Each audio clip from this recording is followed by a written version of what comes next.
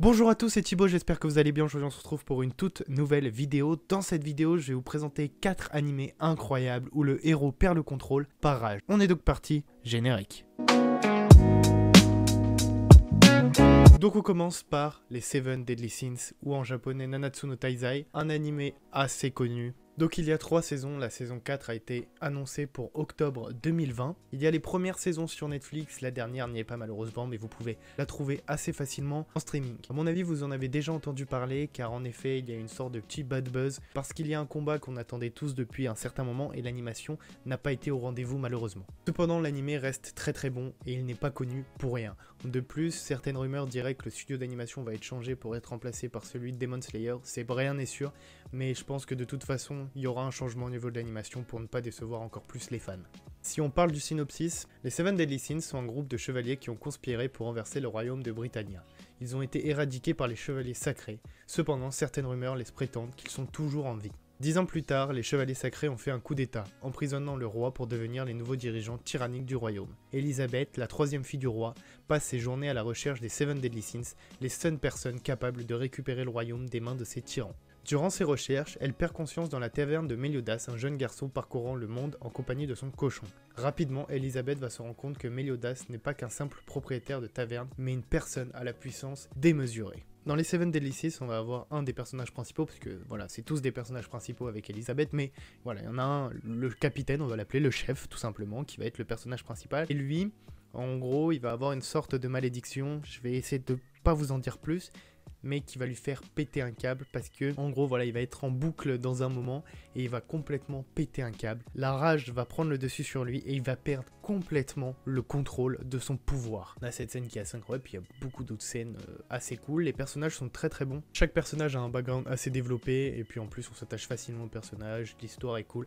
Donc moi je vous le conseille, en plus il y a les premières saisons comme je vous l'ai dit sur Netflix. Donc voilà, c'est un très bon animé, assez connu de toute façon, à mon avis la plupart d'entre vous le connaissent, mais je me suis dit que je pouvais me mettre dans le top, parce que c'était un animé que j'aime beaucoup, qui est aussi sur ADN je crois, et puis voilà, je me suis dit que ça pourrait être sympa, donc on passe tout de suite au deuxième animé.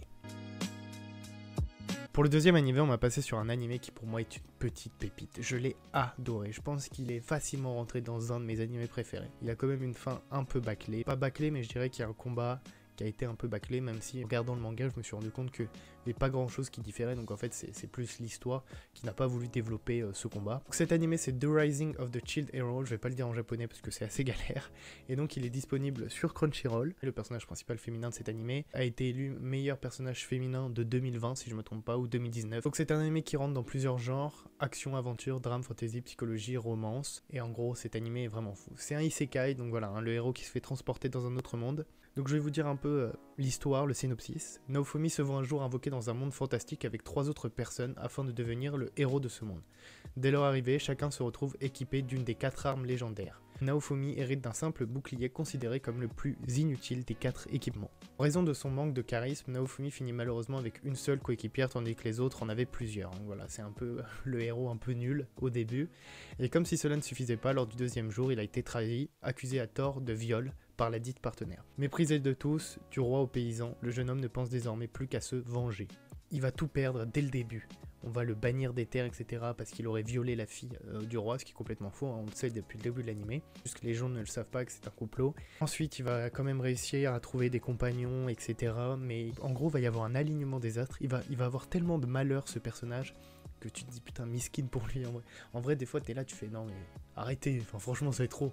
Et au bout d'un moment, en fait, il va développer des compétences, et à un moment, il va développer une compétence, et quand il active ce bouclier, il perd complètement le contrôle de son pouvoir. En gros, il a débloqué cette compétence quand il est complètement devenu fou, pensant qu'une de ses partenaires avait été tuée, et là, il va laisser exploser sa rage. Et franchement, cet animé, c'est une pépite. Franchement, c'est incroyable. Moi, je vous le conseille. C'est pas long, il n'y a qu'une saison. C'est 25 épisodes de 23 minutes. Et franchement, on s'ennuie pas. Les épisodes sont vraiment lourds. Et moi, je vous le conseille absolument. Enfin, je l'ai vu il n'y a pas très longtemps. Et je suis pas déçu.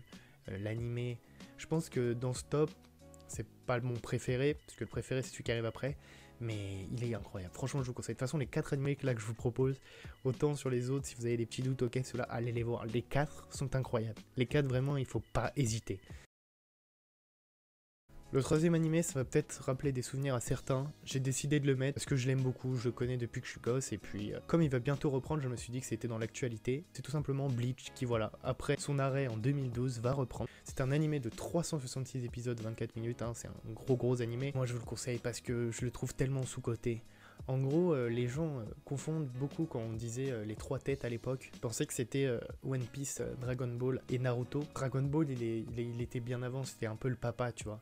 Et il y a cette image qui avait fait beaucoup le tour des réseaux, et ça décrit énormément en fait Dragon Ball qui est au-dessus, parce que voilà, il est là, c'est lui le premier, le first si on peut dire ça comme ça. Et puis après on avait Naruto, Bleach et One Piece.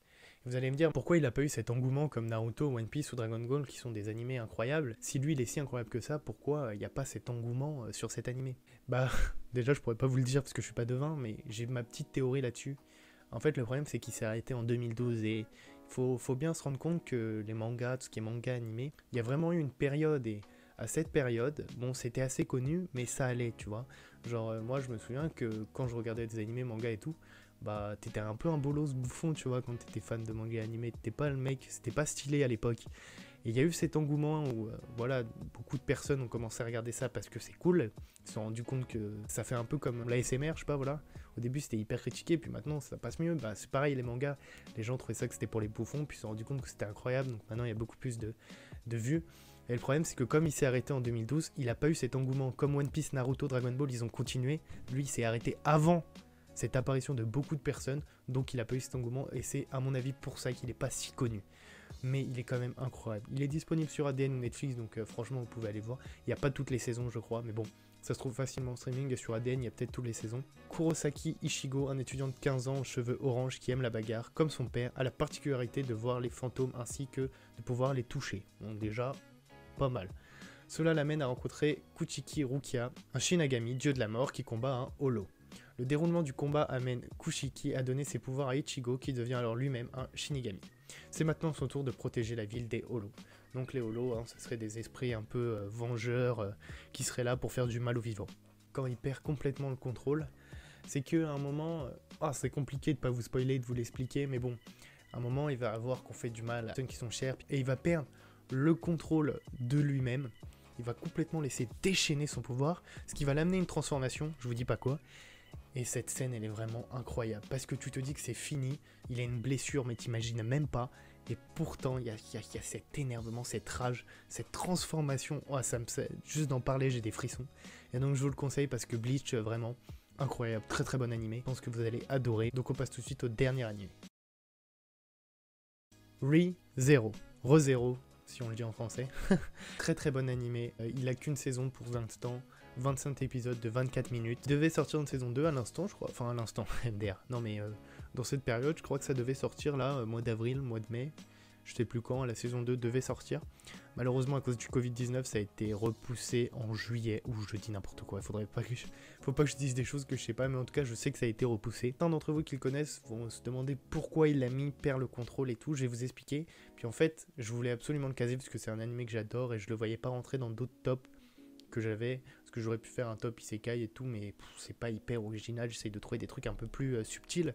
Un jour, un jeune homme nommé Natsuki Subaru, à la sortie d'une supérette, est transporté dans un monde parallèle sans aucune explication.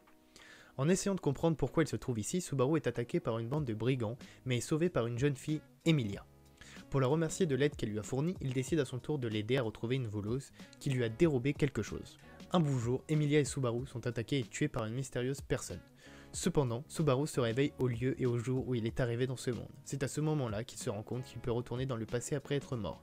Pour échapper à son funeste destin, Subaru décide d'utiliser son pouvoir pour sauver Emilia et pour se sauver lui-même. Du coup, psychologiquement parlant, ça va être très très compliqué pour lui. Et ce qui va se passer, c'est qu'à un moment, il va voir encore une fois ses proches se faire assassiner devant ses yeux, et il va complètement péter un câble. On va le voir pleurer, faire une tête, les expressions de son visage sont assez impressionnantes. Enfin, moi ça me donne des frissons quand je le vois, c'est assez cool. Et on va le voir complètement décédé de l'intérieur, et tellement que quand il va retourner dans le passé, on va voir quelqu'un de débranché. Il va être là, complètement en dépression, plus aucun sourire, alors que c'est un personnage assez actif au départ, assez heureux, toujours la bonne humeur, la patate, mais là, plus du tout. Il va être là complètement mort de l'intérieur, une coquille vide. Et cette scène m'a beaucoup marqué, et je trouve que l'animé est assez incroyable, un bon isekai, donc je vous le conseille. Et puis voilà. Voilà, c'est déjà la fin de cette vidéo, j'espère qu'elle vous aura plu. Je vous ai présenté 4 animés bien sympas et incroyables. Franchement, je vous les conseille les 4. Là, ce top, il y a 4 animés vraiment très cool. On est de plus en plus nombreux, ça fait super plaisir. N'hésitez pas à vous abonner, à liker, à partager la vidéo. Je vois qu'il y a beaucoup d'entre vous qui regardent mes vidéos mais qui sont pas abonnés, c'est vraiment dommage. Donc voilà, c'était Thibaut. Ciao ciao.